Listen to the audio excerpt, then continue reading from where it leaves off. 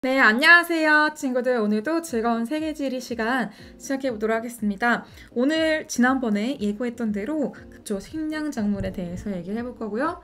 오늘 주제를 이렇게 잡아봤습니다. 세계 3대 식량작물은 무엇일까? 네, 지난 시간에 우리가 세계도시 배울 때 3대 세계도시 배웠잖아요. 그것처럼 역시 또 이런 거 좋아해요, 우리 3대.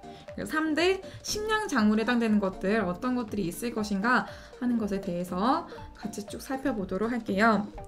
자, 오늘 식량작물이기 때문에 제가 사진과 영상 같은 것들 많이 준비를 했는데요. 같이 한번 즐겨주시면 되겠습니다. 네, 시작해 볼게요.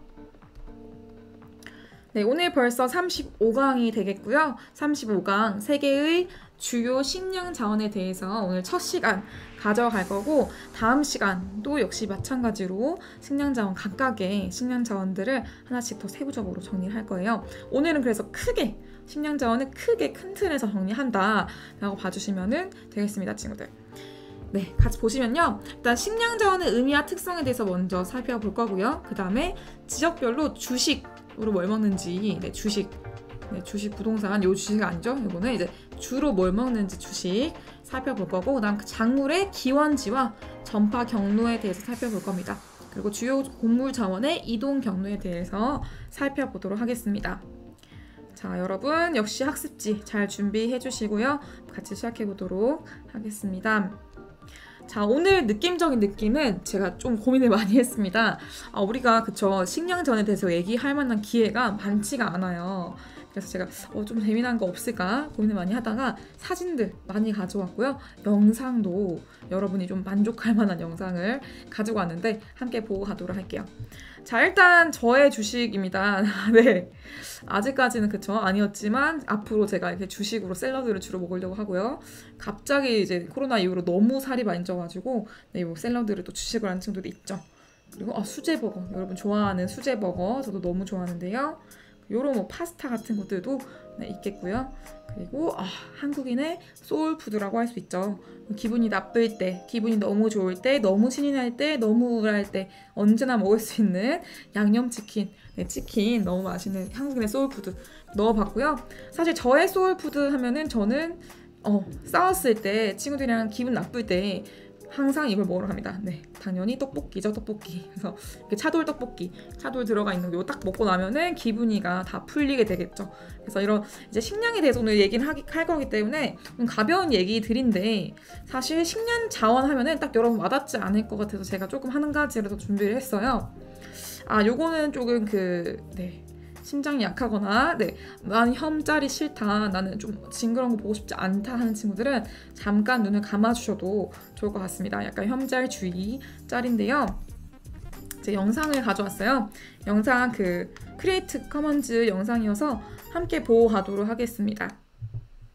네, 태국을 여행하면서 먹고 온 기록들을 어떤 유튜버 분께서 너무 잘 남겨주셔서 같이 보도록 할게요. 악어고기가 있습니다. 와. 조카가 지금 여기 완전히 빠져가지고 악어고기 또 먹자고 해가지고, 그래서 그나저나 여러분들 큰일 났어. 우리 조카가 지금 악어고기 입맛 들여가지고 얘들아 맛있어? 어제 것보다 맛있다. 어제 것보다 맛있어 또 심지어? 여기는 카오산 로드입니다. 카오산 여기 굉장히 유명한 거리죠.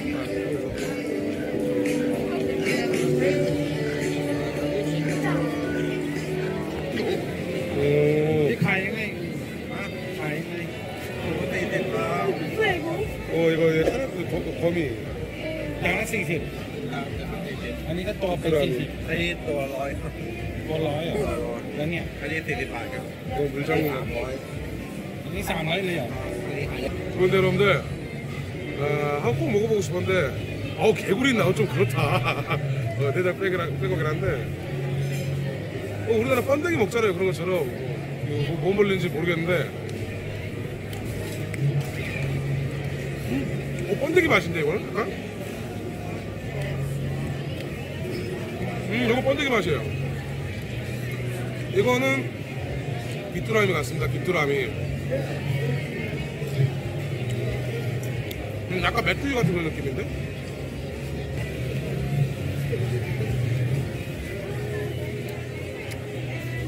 꺼져요.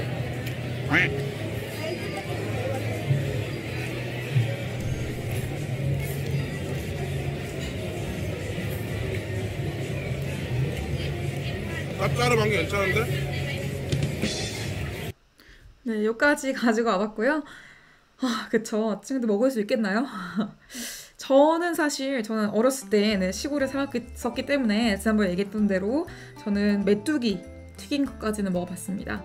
개구리도 갖다 주셨는데 동네 분들이 먹어보라고 갖다 주셨는데 먹지 못했어요. 개구리는 저의 친구였기 때문에 개구리를 참 귀여워했었거든요. 그래서 먹지 못했었고 지금 여기 이 유튜버 분께서 제일 처음 먹었던 게 밀웜이라고 알고 있습니다. 굉장히 작은 번데기 같은 이런 애들 되게 많이 먹더라고요. 동남아시아에서 많이 먹는 벌레 중에 하나이고요.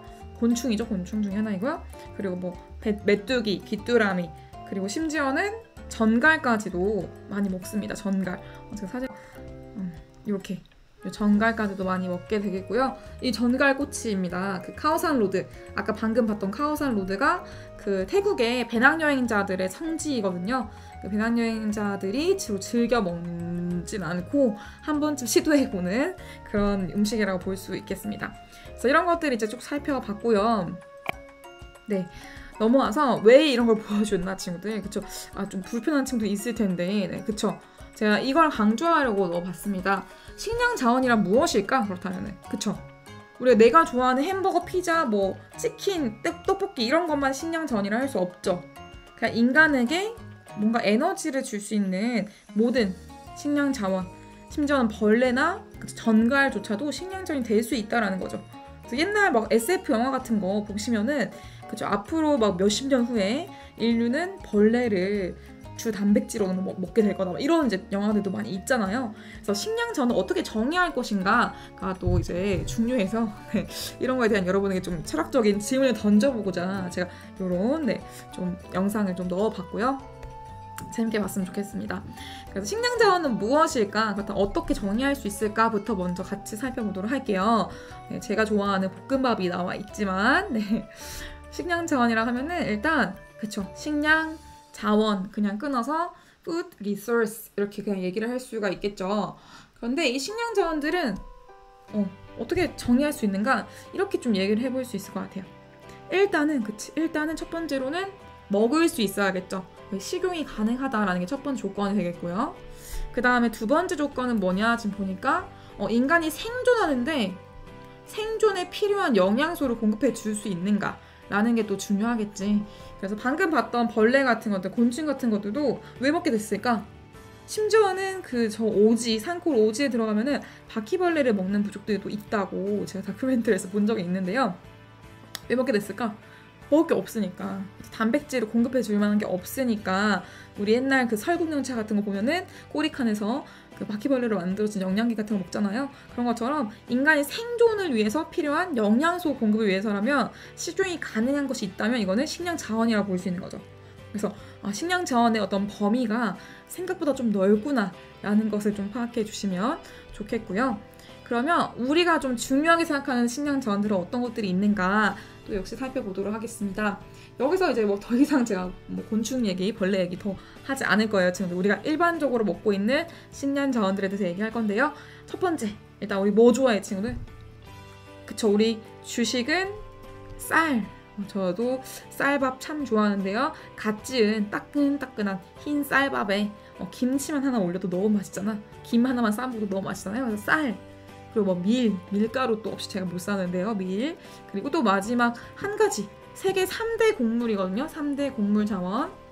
3대 식량 자원인 마지막 한 가지가 뭘까 친구들? 쌀, 밀, 그리고 뭘까 마지막 한 가지는? 두두두.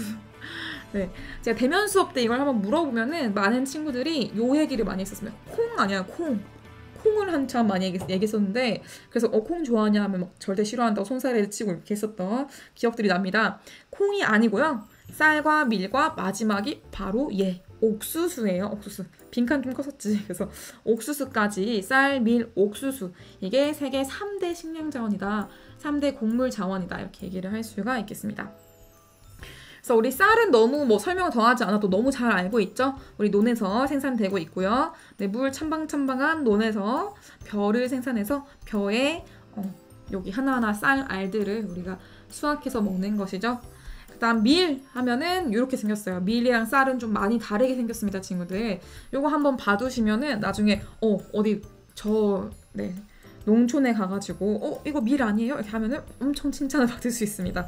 네, 밀 이렇게 생겼고요. 약간 털이 좀 더 많죠. 그다음 옥수수 많이 알죠? 우리 옥수수는 인터스텔라에서 되게 인상 깊게 나갔었던 옥수수 밭도 떠올려 볼 수 있을 것 같은데요. 이런 것들이 사실은 우리 인류가 제일 많이 먹고 있는 곡물 자원, 네, 3대 곡물 자원이구나 라는 거 네, 잘 정리해 두시면 좋겠습니다. 그 다음 또 사실 너희 뭐 좋아해 요즘 친구들? 우리 곡물 자원보다 요즘 다른 친구들이, 대다수의 친구들이 더 좋아하는 것이 있죠. 뭐예요? 기분이 나쁠 때는, 기분이 저기압일 때는 어떻게 해라? 고기 앞으로 가라. 기분 저기압일 때는 고기 앞으로 가라 해서 고기, 네, 육류 자원. 뭐 인생은 고기서 고기다 이런 이제 자매품도 있죠. 인생은 고기서 고기. 그쵸. 돼지고기에서 소고기로, 양고기로, 닭고기로 이어지는 인생이다 이렇게 얘기를 하기도 하는데, 이 고기들이 사실은 육류 자원, 또 우리에게, 인류에게 중요한 단백질을 공급해주는, 그리고 굉장히 맛이 있기도 하죠. 실제로 이렇게 기름지고, 네, 단백질도 있지만 지방도 있어서 고소한 맛도 있고, 이런 어떤 육류 자원이 있는데요. 여러분 어떤 걸 좋아하나요, 친구들? 돼지고기, 소고기, 양고기, 닭고기, 뭐 낙타고기, 말고기, 뭐 토끼고기 다양하게 있죠. 저는 개인적으로 닭고기가 사실 우리 네, 한국인의 입맛에 제일 정말 좋지 않나 싶은데, 소고기를 또 따라할 건 없죠. 소고기 최근에 이제 제가 소고기 한번 한우를 구워 먹고서 또다시 감탄을 했었던 기억이 납니다. 네. 소고기가 이렇게 맛있었던 거였구나. 또다시 한번 감탄했었던 기억이 나는데, 돼지, 소, 뭐 양, 닭 모두 고마운 친구들이죠. 근데 이 친구들도 사실 자원이라고 하기가 조금 얘네는 좀 미안해요. 왜냐면 우리 쌀과 밀과 옥수수 같은 식물이 말을 할 수는 없지만, 돼지와 소, 양, 닭 이런 친구들은 약간의 우리가 동물이기도 하고 좀 의사소통이 되는데 이걸 먹기가 좀 이제 힘들다 하는 친구들 요즘에 이제 비건을 많이 하기도 하죠. 어쨌든 약간 기호나 뭐 취향이나 어떤 윤리적 가치관의 차이가 있을 수 있지만, 인류에게 많은 단백질을 공급원, 지방의 공급원이 되고 있는 육류 자원도 파악해 봤고요. 그 다음 마지막 뭐예요? 저의 최근 주식, 각종 채소와 과실 있고요. 그 다음 뭐 임산물, 수산물 이런 것도 있고요. 저는 개인적으로 여기서 하나만 꼽으라면 저는 수산물을 제일 좋아합니다. 저는 회를 참 좋아하기 때문에. 그래서 지금 갑자기 그쵸, 선생님이 물어보지도 않은 자기의 식성 지금 음식 취향을 얘기하고 있는데, 여러분도 한번 이런 느낌으로 저처럼 즐기면서 이 수업을 들어보면 어떨까 하는 생각으로 제가 어떤 저의 TMI를 풀고 있고요. 저는 개인적으로 좀 더 TMI를 가자면, 저는 가을철 지금 딱 한 달, 2달 정도만 딱 지나면 저의 계절이 와요. 제가 제일 좋아하는 대하의 철이 옵니다. 대하의 철. 저는 대하를 너무 좋아하기 때문에 저는 이제 한 9월, 10월 정도 되면은 항상 저기 태안, 보령, 대천이나 저쪽 이제 홍성 쪽에 가서 대하를 한참 먹고 오는데, 지금 코로나 때문에 약간 어려움을 겪고 있죠. 작년에도 좀 어려웠었는데, 하여튼 여러분도 좋아하는 음식을 생각하면서 기분 좋게 이 수업을 잘 따라와 주시면 좋겠습니다. 넘어갈게요, 친구들. 너무 지금 TMI가 너무 많아서 넘어가도록 하겠습니다. 자, 그러면 식량자원의 특성들도 먼저 정리를 해볼게요. 네, 요거는 어렵지 않습니다. 일단 생산량, 어떤 것들을 많이 생산하고 있는가, 생산량이 더 많은 작물은 어떤 것인가를 보면요. 일단 곡물자원부터 볼게. 곡물자원. 위에 그래프를 보니까 지금 제일 많은 게 뭐예요? 생산량이 팍 제일 치고 올라간 거. 그쵸? 팍 하고 지금 옥수수가 팍, 네, 천장을 치고 있는 걸 확인할 수가 있죠. 쌀과 밀도 생산량은 많은 편이에요. 하지만 옥수수의 양을 비교할 수는 없다. 생산량은 지금 옥수수가 가장 많다는 거 파악해 볼 수 있겠고요. 저희 아버지가 또 취미가 이제 농사하셔가지고 최근에 옥수수를 한참 수확하셨는데, 옥수수가 또 장점이 뭐야? 옥수수 하면은 옥수수 전분을 갈아가지고 이거를 갈아서 다른 요리에 넣기도 되게 좋고요. 그리고 옥수수 팝콘 튀기죠. 그리고 사실 우리가 먹는 과자들, 여러분 이렇게 편의점에서 즐겨 먹는 과자, 콘칩 이런 모든 과자들이 사실 옥수수 베이스가 되게 많습니다. 옥수수 베이스야지 약간 과자가 씹을수록 고소한 맛이 더 많이 난대요. 그래서 옥수수 베이스가 엄청 많고 재배 면적들을 보면 어때요? 지금 옥수수는 사실 면적 대비해서 되게 많이 생산되는 편이지 지금 재배 면적이 제일 큰 거는 밀이다 라는 거 파악해 볼 수가 있습니다. 그래서 밀은 재배 면적이 되게 넓고 하지만 생산량은 쌀이랑 비슷해요. 근데 좀 특이한 게 쌀은 재배 면적은 작은데 생산량이 밀과 비슷해. 여기서 우리가 뭘 알 수 있냐? 쌀의 어떤 생산량이 면적 대비해서 어때요? 되게 많구나. 쌀의 생산량은 재배 면적 대비해서 굉장히 좀 많은 편이다. 그래서 쌀이 되게 우리가 좀 인구 파트 얘기할 때 이런 얘기 있었는데 기억이 날란가 모르겠어요, 친구들. 쌀은 인구 부양력이 좋다고 합니다. 네, 인구 부양력이 좋다. 그리고 이제 인구 배웠으니까 한번 네, 연결해서 알아두시면 좋을 것 같아요. 인구 부양력이 좋다라고 하는 게 네, 인구를 많은 사람들을 먹여 살릴 수 있다 이런 뜻입니다. 글씨가 잘 안 보여서 다시 써볼게요. 네, 인구 부양력이 되게 좋다 이렇게 얘기를 합니다. 참고로 네, 인구와 관련해서 같이 엮어두시면 좋을 것 같아요. 자, 그래서 넘어와서 우리 그쵸 나의 사랑 너의 사랑 고기 네 기분이 나쁠 때 고기 앞으로 가야 되는 네 고기 인생 고기서 고기 네 고기 볼 건데요. 육류 자원들은 어떤 것들이 있는가 제가 조금 여러분의 어떤 감성을 자극해 보고자 귀여운 친구들을 데리고 왔어요. 네 귀여운 소 눈망울 요 눈망울 보고서 먹을 수가 없지. 그쵸 여기 지금 아기 돼지들 그다음에 양 그리고 닭 네 이런 친구들이 있는데요. 안타깝지만 우리는 또 어때요? 또 그쵸 귀여운 건 또 귀여운 거고 또 이제 먹어야 될 때는 또 먹어야 되는 그런 측면들이 있는데 이런 가축들 그쵸 안타깝습니다. 제가 눈을 마주치는 것 같네요. 지금 주요 가축들은 어떤 것들이 어떤 종류의 그 가축이 제일 많이 사육이 되고 있는가 사육도 굉장히 미안한 일이긴 한데 동물들에게 일단 사육이 제일 많이 되고 있는 건 뭐예요? 지금 보니까 그쵸, 소는 사실 제가 봤을 때 비프는 전 세계 제가 여행을 많이 다녀봤지만 안 좋아하는 국가가 없습니다. 소고기 안 좋아하는 국가는 거의 본 적이 없어요. 인도같이 종교적 이유 때문에 못 먹는 국가들을 빼면은 다 소고기를 최고로 치긴 하더라고요. 소, 그 다음에 양이 또 생각보다 되게 많다라는 거 볼 수 있겠고요. 그 다음이 돼지구나. 돼지는 우리 이슬람 같은 곳들에는 먹지 못하잖아. 그래서 그런 종교적 배경도 약간의 여기에 지금 들어가 있는 게 아닐까 이런 생각이 듭니다. 그래서 이렇게 볼 수 있겠고요. 그래서 지금 사육 두수를 정리해보자면 요거 다 프린트 남아있으니까 체크만 해두시면 될 것 같아요. 사육 두수 제일 많은 애 소가 되겠고요. 그 다음 두 번째가 양, 그리고 돼지, 순이다 이렇게 볼 수 있겠고 육류의 생산량 자체는 그런데 사육하는 거 말고 육류, 고기를 많이 만들어내는 돼지가 제일 많다 이렇게 네, 얘기를 할 수가 있겠습니다. 자, 그래서 조금 동물들의 그 안타까운 눈빛들을 이겨내고 우리가 지역별 주식재료를 정리해 보도록 할게요. 여러분은 주식으로 뭘 먹는지 궁금한데요. 요즘 친구들 급식 잘 안 먹는 친구들 많이 있어서 제가 많이 안타까운 마음입니다. 어렸을 때는 많이 먹어야 돼. 사실 저도 고3 때까지는 살찌는 거 걱정 없이 근데 제일 뚱뚱했지만 제일 걱정 없이 많이 먹었었거든요. 근데 많이 드셔야 됩니다. 그래야지 우리가 또 미래를 창창하게 준비해 나갈 수 있으니까 자, 그래서 이제 보면요. 네. 주식이란 무엇인가? 주식. 제가 좋아하는 주식 스톡 이거 아니죠? 네, 주식이란 주로 먹는 음식이다. 이렇게 얘기할 수 있겠고요. 스테이플 푸드라고 얘기할 수 있습니다. 그래서 주식이라고 하면은 이렇게 표준 국어 대사전에서 나와 있더라고요. 밥이나 빵처럼 내가 끼니 때 주로 먹는 음식을 주식이라고 한다. 그리고 쌀, 보리, 밀과 같이 식생활에서 주가 되는 음식물을 주식이라고 한다. 이렇게 볼 수가 있어요. 자, 그래서 우리 친구들이 주식으로 뭘 먹고 있나요, 친구들? 거의 대다수의 친구들 급식을 주식으로 많이 먹고 있을 겁니다. 근데 급식이라 해봤자 어차피 한식 주식이기 때문에 한식이라 하면은 뭐가 베이스예요? 다 밥이 베이스죠. 그래서 우리는 밥 베이스에 쌀 생활권을 살고 있다. 이렇게 얘기를 좀 해볼 수 있겠고요. 지금 코로나 이전만 하더라도 사실은 어때요? 거의 점심, 저녁을 아이들이 다 학교에서 먹었기 때문에 거의 그냥 몸의 전부가 다 급식으로 이루어져 있었던 시기가 있었습니다. 지금은 저녁이라도 그래도 친구들이 집에서 먹을 수 있어서 참 다행인데요. 자, 넘어가서 세계 주식의 재료들을 좀 살펴보도록 할게요. 각각 국가들, 각각 지역들이 어떤 것을 주식으로 먹고 있는가를 정리해 놓은 지도입니다. 네.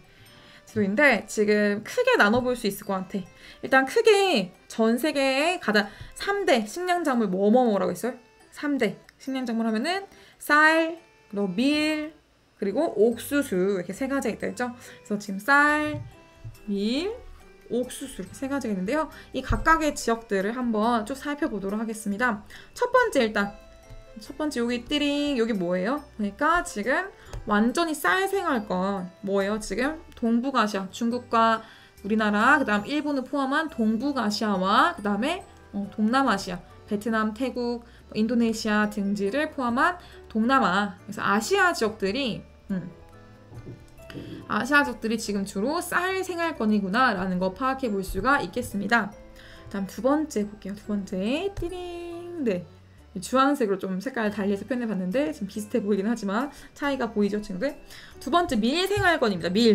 밀을 주로 먹는 네, 밀로 먹는 네, 주로 먹는 유럽 친구들이고요. 유럽에서 그쵸 식사가 영어로 밀이죠 친구들. 제가 또 이렇게 굳이 네, 열심히 네, 밀로 먹는 저희도 개그를 설명하고 있는데 밀을 주로 왜 먹냐? 밀은 사실은 조금 더 쌀보다는 좀 더 서늘한 기후에서 사실 재배가 됩니다.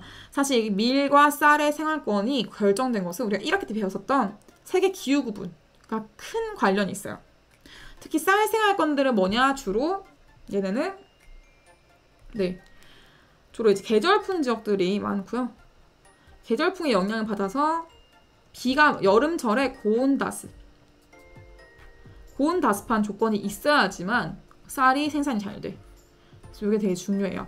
하지만 여기 지금 유럽 쪽에 밀 같은 경우는 약간 온난하거나 또는 한랭하거나 약간 습유난 그렇지만 너무 다습하면 안 돼. 습유난 지역에서 잘 자라요. 그러다 보니까 밀은 상대적으로 서한해양성 기후 지역들 이쪽 이제 우리 1학 때 배웠었던 서한해양성 자 지금 노트북을 세워놓고 쓰다 보니까 글씨가 엉망인데 제가 원래 글씨 더 잘 쓰는 것 좀 더 알고 있죠. 네, 서한해양성 기후 지역들 이런 기후 지역들에서 주로 밀로 먹는다. 네, 밀 이렇게 기억을 떠올려 주시면 되겠습니다.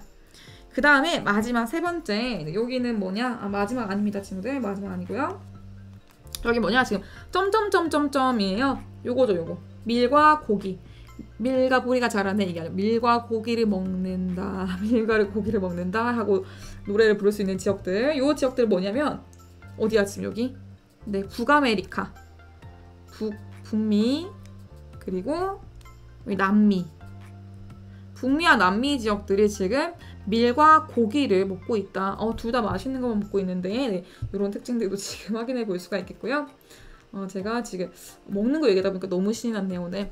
네, 북미 남미 지역들은 밀과 고기를 함께 먹고 있고요. 그 다음 또 하나 더 네, 요 지역들은 지금 뭐냐? 그쵸? 역시 남미에서도 약간 그 위쪽에 있는 곳들 남미 지역과 그 다음에 여기 어디예요?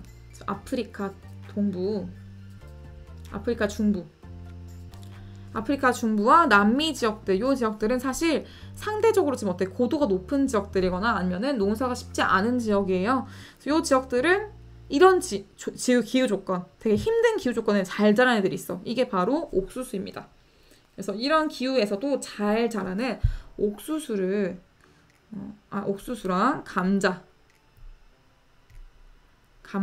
감자를 주로 먹는구나 라고 볼 수 있습니다. 감자가 어때요? 감자가 남미가 원산지거든요. 그래서 감자가 아프리카 여기에서도 감자와 옥수수 등을 많이 먹고 있구나라는 거 파악해 볼 수가 있겠습니다.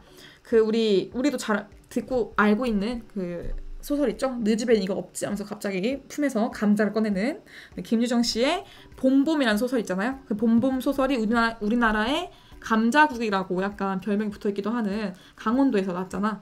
강원도가 사실 감자국 비하하는 표현 아닙니다. 감자가 많이 나는 곳이라고 이제 약간 별명처럼 부르는 곳인데요. 감자가 주로 원래 고산지대 높은 데서 잘 자라요. 그래서 고산지대에 잘 자라기 때문에 우리나라에서는 강원도 그리고 여기에선 지금 남미 지역과 아프리카에서도 많이 생산하고 많이 먹고 있다. 주식으로 먹고 있다. 이렇게 정리해 보시면 좋겠습니다. 글씨가 너무 엉망인 것처럼 보이는데 안타깝지만 그렇습니다. 네, 그리고 나머지 지금 체크한 여기 멕시코와 그 다음에 아프리카 동부 지역들에서는 옥수수와 수수까지 함께 먹고 있는 것을 확인해 볼 수가 있겠습니다, 친구들. 자, 그럼 넘어가 볼게요. 너무 지금 지도가 좀 엉망이어 보이는데 여러분은 깨끗하게 깔끔하게 잘 정리했을 거라 믿습니다. 넘어갈게요. 자, 그래서 요거를 이제 지금 제가 쭉 설명한 내용들을 하나로 그냥 글로 정리해 보려는 거예요. 일단 지역별 주식 재료를 봤을 때 저 쌀 어디서 생산된다 했어? 주로 쌀은 아시아에서 주로 먹고 있는데 왜? 아시아의 무슨 기후 때문에? 그쵸, 계절풍 기후 때문이다 라고 정리했었고요. 계절풍 중요하니까 여러분 잘 기억해 두시면 좋겠습니다. 네, 계절풍 중요하고요. 자주 나오는 거죠. 밀 같은 경우는 어디에? 밀로 먹고 있는 네, 유럽과 북부 아프리카, 서남아시아 등지가 있다 정리했었고, 옥수수 어때요? 옥수수는 중앙아메리카와 아프리카 동부 지역들에서 주로 먹고 있다. 그래서 중앙아메리카 같은 경우는 고산지대, 약간 농사짓기 척박한 지역들이 옥수수, 감자가 잘 자란다. 그래서 얘는 이제 감자까지 이렇게 함께 주로 먹고 있다는 거 함께 확인해 주시면 좋겠습니다. 자, 그래서 이제 우리가 주식 작물들에 대해서도 다 정리를 쭉 해봤고요. 그렇다면 이제 지역별로 작물 생산량은 어떻게 차이가 나는가를 정리해보면은 방금 얘기했던 주식 작물을 실제로 얼마나 생산하는가, 생산까지 함께 볼 수가 있겠죠? 같이 볼게요, 친구들. 네, 일단 지금 너무 뚜렷하게 혼자 막 치고 올라온 애가 있어. 뭐예요? 저기 보면은 그치, 아시아 뭐예요? 아시아 주로 30%, 아니 90% 뭘 하고 있다? 쌀 생산을 하고 있다 라는 거 확인해 볼 수 있겠고요. 나머지 지역에서는 사실 굉장히 적습니다. 그래도 아메리카와 아프리카에서 조금 소량 쌀을 먹고 있구나 라는 거 파악해 볼 수 있겠고요. 쌀은 뭐 때문이다? 아시아의 무슨 기후? 계절풍 기후. 중요하니까 잘 기억해 뒀으면 좋겠다고 했죠, 친구들. 계절풍 기후 잘 기억해 두시면 좋겠고요. 그 다음 밀은 어디가 많이 먹고 있는가? 밀 유럽과 사실 아시아도 많이 있어요. 아시아는 사실 인구가 많기 때문에 둘 다 많습니다. 그래서 유럽과 아시아 모두 밀 생산량이 많다. 네, 이렇게 볼 수 있겠고요. 그 다음 세 번째, 옥수수의 생산량과 네, 또 소비도 많은 지역이 바로 아메리카가 되겠죠. 특히 아메리카, 미국도 있지만 북미와 남미 모두, 네, 북미, 남미 모두 사실은 아메리카에 옥수수 생산량이 많습니다. 우리 그 인터스텔라가 전형적인 미국의 옥수수 평원, 옥수수를 생산하고 있는 평원지대를 보여주고 있는 영화였어요.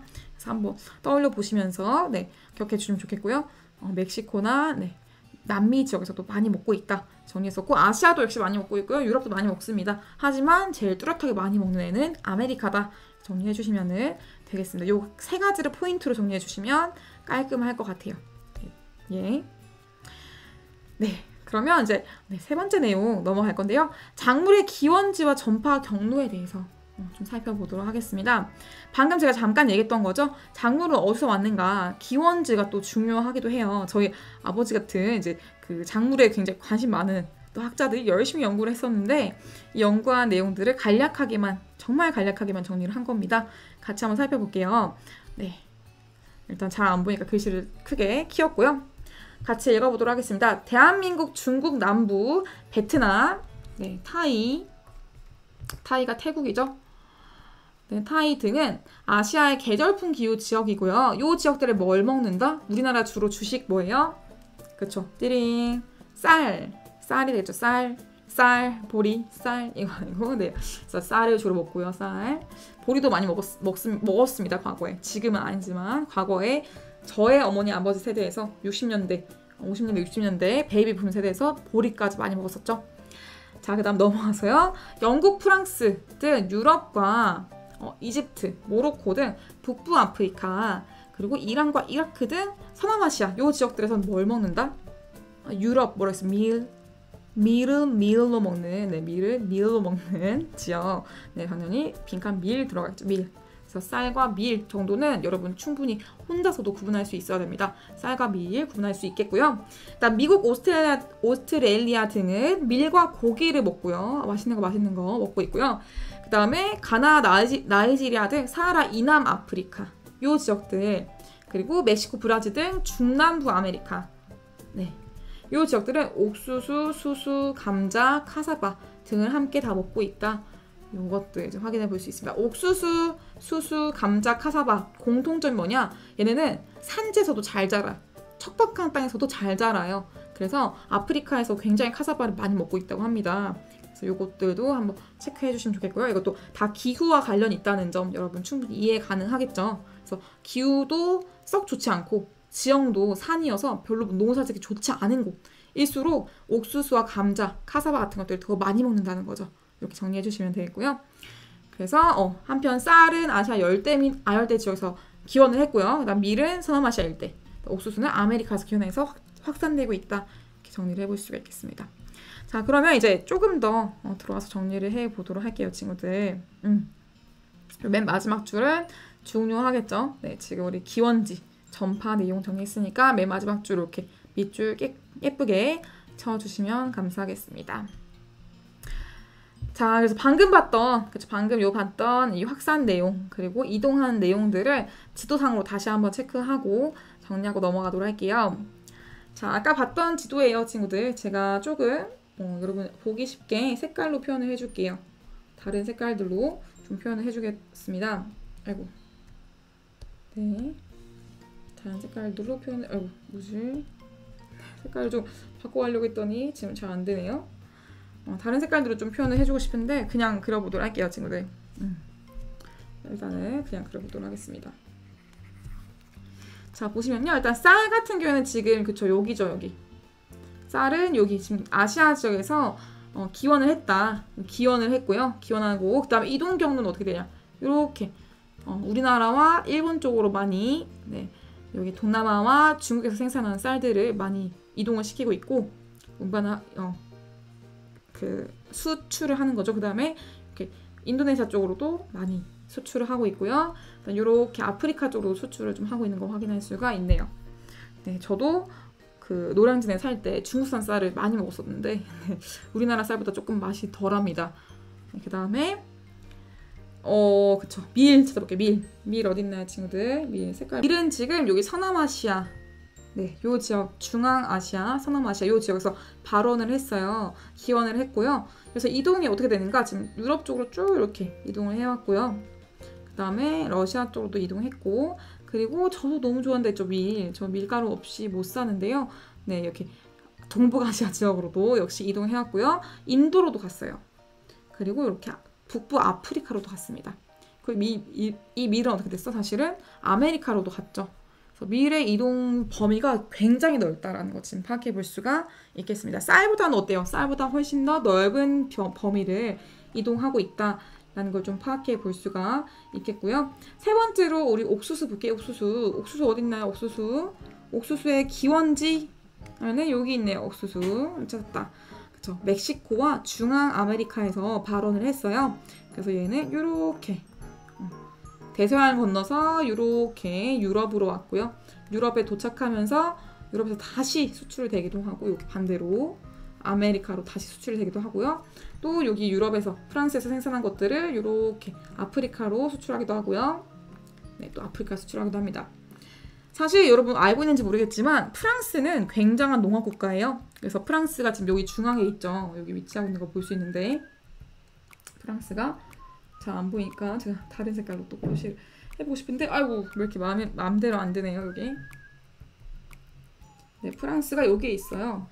프랑스인데 프랑스가 굉장한 농업 국가입니다. 프랑스의 농업 발전 정도가 굉장히 높기 때문에 이 프랑스에서 생산한 것들을 지금 다양한 곳으로 수출하고 있는 것들을 확인해 볼 수가 있습니다. 그래서 밀과 쌀과 옥수수의 이동 경로는 다음 시간에 조금 더 상세하게 글로 다시 한번 정리해 볼 거니까요. 잘 기억해 주시고, 네, 넘어오시면 되겠습니다. 다음 시간에 조금 더 다시 한번 다뤄볼게요. 자, 오늘 마지막 내용입니다. 네, 주요 곡물 자원의 이동에 대해서 살펴보도록 할게요. 네, 주요 곡물 자원 이동을 사실 우리는 오늘은 수출량과 수입량 두 가지로만 비교해 볼 거고요. 다음 시간에 곡물 중에서 쌀, 밀, 옥수수 이런 식으로 곡물별로 나누어서 이동 지역을 정리를 해볼 거예요. 그래서 오늘은 일단 어디가 수출을 많이 하고 어디가 수입을 많이 하는가, 그냥 곡물을 통틀어서 순수출과 순수입량을 비교해 보려고 해요. 그래서 같이 요거 비교해 보고 하도록 하겠습니다. 자, 일단 보시면요. 지금 순수출이라고 돼 있는 게 이렇게 진한 색깔로 표현되어 있는 거고, 순수입들은 대각선, 이렇게 사선으로 그려져 있거나 아니면 찍찍찍 가로로 그려져 있거나 자료 없음으로 표현이 되어 있습니다. 자, 일단 체크를 하나씩 하고 가도록 하겠습니다. 첫 번째, 순수출이 많은 국가들, 지금 보이는 국가들 한번 체크해주세요, 친구들. 어디가 있나. 색깔 진한 곳들. 일단 색깔이 제일 진한 곳이 있지. 30 이상인 곳. 제일 진한 곳, 띠링, 여기입니다. 미국이 지금 당첨이 되었고요. 미국이 사실 땅덩어리만 넓은 게 아니라 그냥 나라만 잘 사는 게 아니라 곡물 자원도 진짜 많이 생산해요. 그리고 심지어 미국에 있는 그 다국적 기업, 농업 다국적 회사가 있어요. 카길이라고 해서 엄청 많은 씨앗들과 뭐 종자들과 다양한 것들을 가지고 있는 곳인데, 이 카길이 전 세계의 농업 시장의 거의 80% 이상, 90% 이상을 가지고 있습니다. 그래서 미국을 이길 수는 없다. 농업에서도 역시 마찬가지로. 그래서 정말 씁쓸한 현실이지만 그렇습니다. 현실이 그렇습니다. 그래서 미국의 일단 순수출이 제일 크게 나타나는 거 확인할 수 있겠고요. 그 다음 띠링 바로 위에는 캐나다도 역시 수출이 좀 10에서 30 정도로 높게 나타나고 있는 거 확인할 수가 있습니다. 그 다음 또 어디가 있나요? 좀 색깔 진한 거 띠링 러시아가 있네요. 땅덩어리 넓은 러시아와 캐나다 역시 수출을 많이 하고 있다. 많이 생산해가지고 땅이 넓으니까 많이 생산해서 많이 수출하고 있다라는 거 파악해 볼 수가 있겠고요. 그 다음 또 어디 있나? 여기 있네. 그쵸. 남미의 브라질 같은 경우도 수출 많이 하고 있구나. 그 다음에 오스트레일리아 빼놓고 얘기할 수 없죠. 오스트레일리아도 인구가 되게 적어요. 땅은 넓은데. 그래서 많이 생산해서 많이 수출을 합니다. 그 다음 띠링 여기를 또 빼놓을 수가 없습니다. 사실 미국과 프랑스가 양대 산맥이야. 곡물 자원의 순수출의 양대 산맥 투톱이 바로 미국과 프랑스입니다. 미국, 프랑스는 매우 중요하니까 잘 기억해 주시면 좋겠습니다. 자, 그럼 반대로 우리 수입을 많이 하는 곳 어디 있는가 볼게요. 다른 나라에서 곡물 자원들을 많이 사오는 국가들이 어디에 있는가? 그쵸. 우리 바로 근처에 있는 중국이 있고요. 그 다음 바로 옆에 한국 있고요. 그 다음에 또 옆에 일본. 한중일 모두 사실은 수입을 굉장히 많이 하고 있어요. 왜? 여기는 한중일 모두 사람 많잖아. 땅은 좁잖아요. 땅이 좁은데 사람 많다 보니까 땅에서 충분한 양의 곡물이 생산이 잘 안 되는 거예요. 그래서 이제 다른 나라에서 주로 수입을 해오고 있다, 사오고 있다. 그 다음 또 어디가 있을까? 네, 인도네시아도 되게 특이하게 수입을 좀 많이 하는 국가 중에 하나로 들어가 있습니다. 또 멕시코, 사우디아라비아. 사우디아라비아는 기름 팔아서 곡물 사오는 거예요. 그래서 이런 식으로 구조를 가지고 있고, 바로 옆에 있는 알제리 같은 경우도, 알제리에서 사실 프랑스로 이주를 가는 사람 되게 많거든요. 그런데 되게 신기하게 곡물은 프랑스에서 알제리로 사온다. 알제리는 사실 산업 구조가 막 성장하기가 좋지가 않지. 왜? 사람들은 보내는데 곡물은 사와야 돼. 그러니까 잘 살게 되기가 쉽지 않은 구조다. 프랑스는 계속 잘 살게 되는 구조. 이런 구조를 이제 과거부터 만들어져 와 있었고 지금도 여전히 이제 유지되고 있다. 이렇게 봐주시면 좀 좋겠습니다, 친구들. 왜냐면 과거에 사실은 식민지였던 국가들, 제국주의 식민지였던 국가들, 우리 세계사와 연관지어서 보면은 그런 국가들이 좀 수입이 많은 편이긴 해요. 왜냐면 그런 국가들은 발전도 일단 늦었어. 발전도 늦어가지고 막 이제 산업 발전에 막 이제 투입을 하다 보니까 농촌이 점점 약해지는 거죠. 그거 플러스 또 과거에 그 동남아시아 지역들에서 뭘 했나요? 제국주의 국가들에서 동남아시아뿐만 아니고 아프리카나 이런 것들에서 플랜테이션이라는 뭐 커피, 그쵸, 목화 이런 한 가지 작물만 계속 생산하는 이런 공장형 농업을 추구를 했었기 때문에 그 우리가 먹을 곡물 자원들은 생산이 좀 덜 되는 거지. 그래서 곡물 자원, 뭐 쌀, 밀 이런 것들을 다 사와야 되는 이런 어려움에 처해 있다. 이렇게 좀 이해를 해주시면은 좀 더 여러분이 좀 더 유기적으로 좀 이해가 되지 않을까 싶습니다. 네, 저희 상식을 털어서 얘기를 해봤고요. 자, 방금 얘기했던 걸 정리를 해보자면 이렇게 정리해 볼 수 있을 것 같아요. 자, 미국, 캐나다, 오스트레일리아 이런 곳들은 지금 어때요? 인구 대비해서 경지가 넓다. 경지가 뭐냐? 경지, 농경지의 줄임말이야. 농경지. 네, 농경지. 농사 지을 수 있는 땅. 농경지가 넓기 때문에 곡물 생산량도 많겠죠. 그래서 수출을 많이 하고 있다. 이렇게 봐주시면 되고요. 다음 두 번째로 일본과 중국, 사우디아라비아, 한국 같은 곳들은 그쵸, 과거에 아까 제가 얘기했던 사례들 여러 가지 이유들 때문에 수입을 더 많이 하고 있구나 라는 것을 파악해 주시면 좋겠습니다. 자, 그래서 미국의 밀 수출 요거 이제 교과서에 나와 있는 그림이었는데요. 이렇게 정말 수출을 대거 아주 커다란 이런 배에서 크게 하고 있다. 그래서 사실 밀가루 많이 먹지 말라고 하는 이유 중에 하나가 우리나 뭐 어디 병원 가면 사실 의사 선생님들이 모두가 다 입을 모아서 하는 말이 밀가루 적게 먹어라 이렇게 얘기하잖아요. 정제된 탄수화물이어서 그렇기도 하지만 또 밀이 이렇게 수출을 지금 배를 타고 오잖아. 막 습기 가득한 바다를 건너서 온단 말이에요. 그럼 밀은 어떻게 될까? 밀이 상할 수 있겠지. 곡물이니까. 그래서 밀에 방부제를 잔뜩 칩니다. 방부제도 잔뜩 있기 때문에 수입한 밀가루가 좋지 않다. 이렇게 이런 측면에서도 좀 밀가루를 적게 먹으면 좋지 않을까 이런 얘기도 하기도 해요. 그래서 요거 함께 이해해 주시면 좋을 것 같습니다. 자, 그래서 방금 얘기했던 내용들 마저 정리가 쭉 되어 있고요. 자, 위쪽의 내용을 지금 정리하지 못했네요. 여기 바꾸지 못했네요. 그래서 주요 곡물 전의 특징과 이동 한번 쭉 읽어보시면 좋겠고요. 자, 마지막으로 이제 그래프로만 정리하고 끝낼 건데요. 지금도 요거는 그래프 분석만 할 수 있으면 됩니다. 요 정도 그래프는 누구나 읽을 수 있어요. 여러분도 의지만 발동하면 읽을 수 있습니다. 그래서 같이 한번 해석을 해볼게요. 일단 아시아 어때요? 아시아 보니까 수출과 수입 중에서 어때요? 뭐가 지금 거의 뭐 천장 뚫으려고 하고 있죠? 지금 아시아는 수입이 엄청 많구나. 많은 인구가 있는데 땅은 좀 적어. 근데 산업 발전도 막 시켜야 돼. 하다 보니까 농촌을 좀 농업을 게을리하면서 수입을 많이 하고 있는 추세다. 이렇게 볼 수 있겠고요. 두 번째 아프리카 어때? 아프리카도 역시 지금 수출 되게 적고요. 수입 되게 많은 거 볼 수 있습니다. 아프리카는 좀 이렇게 볼 수 있어요. 이유를 농업 기술력이 좀 떨어진다. 왜? 아까 얘기한 것처럼 제국주의 하에서 아프리카 같은 경우에는 사실 과거에 플랜테이션 같은 것들 너무 많이 했어. 그래서 지금도 어때? 우리 초콜릿 어떤 초콜릿 많이 먹어요? 우리나라에서도 가나 초콜릿 많이 먹잖아요. 가나가 아프리카에 있잖아. 그래서 그쵸, 가나에 언제나 가나. 그래서 뭐 초콜릿, 그다음에 뭐 커피, 또 뭐가 있을까? 고무 뭐 이런 것도 있죠. 네, 이런 것들 이제 다 플랜테이션으로 한 가지 작물만 생산하는 거, 한 가지